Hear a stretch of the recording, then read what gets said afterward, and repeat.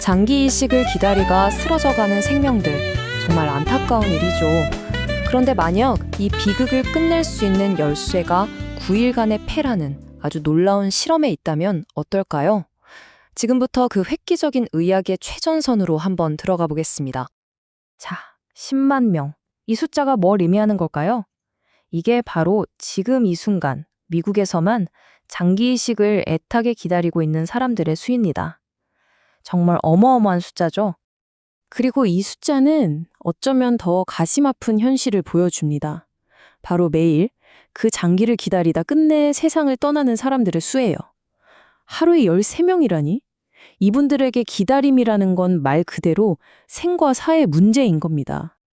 그래서 오늘 우리는 이 기다림의 위기에서부터 시작해서요, 과학계가 내놓은 대담한 해답, 그리고 그 중심에 있는 9일간의 실험, 또 폐이식이 왜 이렇게 어려운지, 마지막으로 미래는 어떤 모습일지 이 순서대로 한번 짚어보겠습니다. 자, 첫 번째 이야기, 바로 기다림의 위기입니다. 과학자들은 도대체 왜 이렇게 절박하게 새로운 방법을 찾아야만 했을까요? 그 시작점인 장기 부족 문제가 얼마나 심각한지 그 규모부터 한번 보시죠. 공식적으로 대기자 명단에 오른 사람만 10만 명인데 이게 다가 아니에요. 실제로 신부전, 그러니까 콩팥 기능 문제로 고통받는 환자는 50만 명이 훌쩍 넘습니다. 공식 통계랑 실제 필요한 사람 수 사이에 이만큼이나 큰 차이가 있다는 거죠. NYU의 스테파니 창 박사가 한 이 말이 핵심을 딱 짚어주는데요. 신장은 그래도 투석이라는 대안이라도 있잖아요. 근데 폐는 상황이 완전히 다릅니다. 한번 기능이 멈추면 기계로 오랫동안 대체할 수 있는 방법이 거의 없다는 거예요. 바로 이 점 때문에 폐 이식이 더 절실하게 필요한 거죠. 그럼 두 번째 이야기로 넘어가 볼게요. 이렇게 좀 절망적인 상황에서 과학계는 아주 대담하고 어쩌면 조금은 기이하게 들릴 수도 있는 곳에서 해답을 찾기 시작했습니다. 그 해답의 이름, 바로 이종이식입니다. 간단히 말하면 동물의 장기를 사람한테 이식하는 기술인데요. 이게 수십 년 동안은 공상과학 소설에나 나올 법한 얘기였잖아요. 근데 그 아이디어가 드디어 현실의 문을 두드리기 시작한 겁니다. 그리고 바로 지난 2024년 5월이었죠. 이 분야의 역사가 정말 새로 쓰이는 순간이었습니다. 중국의 한 연구팀이 유전자를 조작한 돼지의 폐를 뇌사 상태의 환자에게 이식하는데 세계 최초로 성공한 거예요. 바로 오늘 우리가 깊이 파고들 이야기의 중심입니다. 아니, 어떻게 이게 가능했을까요? 그 비밀은 크리스퍼 유전자 가위 기술을 이용한 일종의 생물학적 위장술에 있었어요. 먼저 우리 몸의 면역 체계에 나는 외부인이야 라고 소리치는 돼지 유전자 3개를 싹 제거하고요. 반대로 나는 너의 편이야 라고 속삭이는 인간 유전자 3개를 그 자리에 집어넣은 거죠. 말 그대로 인간을 위한 맞춤형 폐를 디자인한 셈이에요. 자, 이제 드디어 9일간의 실험, 그 심장부로 들어가 보겠습니다. 이식된 폐는요, 희망의 정점과 냉혹한 현실의 바닥을 오가는 정말이지 롤러코스터 같은 여정을 겪게 됩니다. 결과는 정말 극적이었습니다. 처음 3일은 모든 게 완벽해 보였어요. 폐가 혈액에 산소를 아주 순조롭게 공급하면서 제 기능을 다했거든요. 그런데 3일째부터 면역계가 서서히 반격을 시작했고 6일째에는 항체 공격이 최고조에 달했습니다.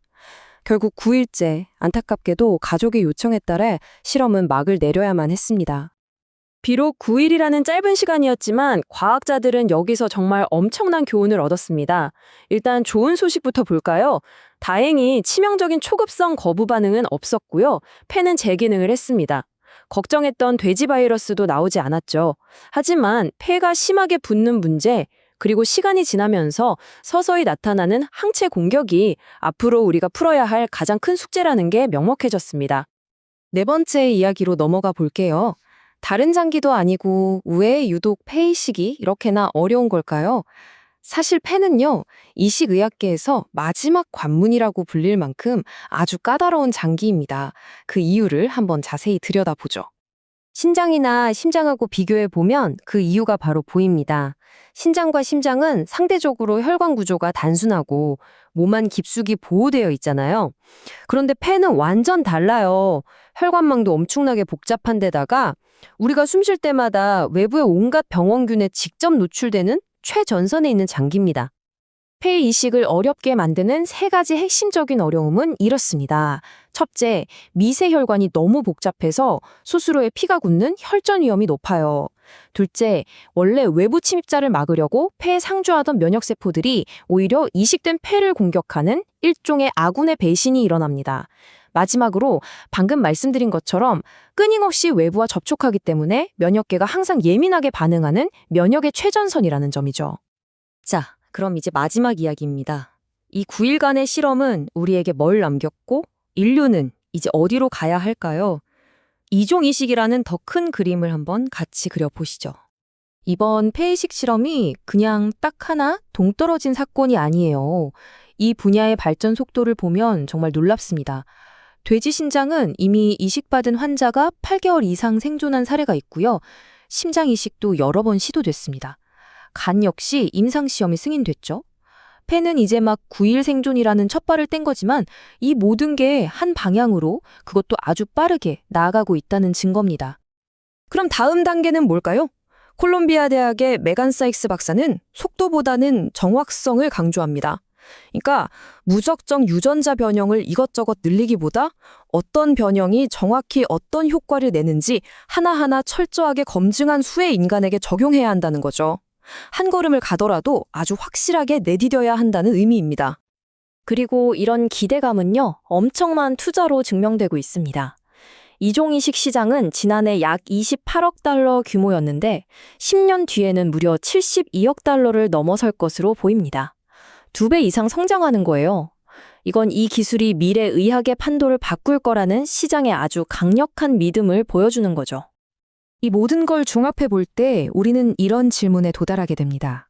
과연 수십 년 후에 장기 이식 대기자 명단이라는 말 자체가 사라지는 날이 올까요? 오늘 우리가 살펴본 이 과학의 담대한 도전이 그토록 많은 사람들의 슬픈 기다림을 과거의 유물로 만들 수 있을까요? 그 답은 바로 지금 시작되고 있습니다.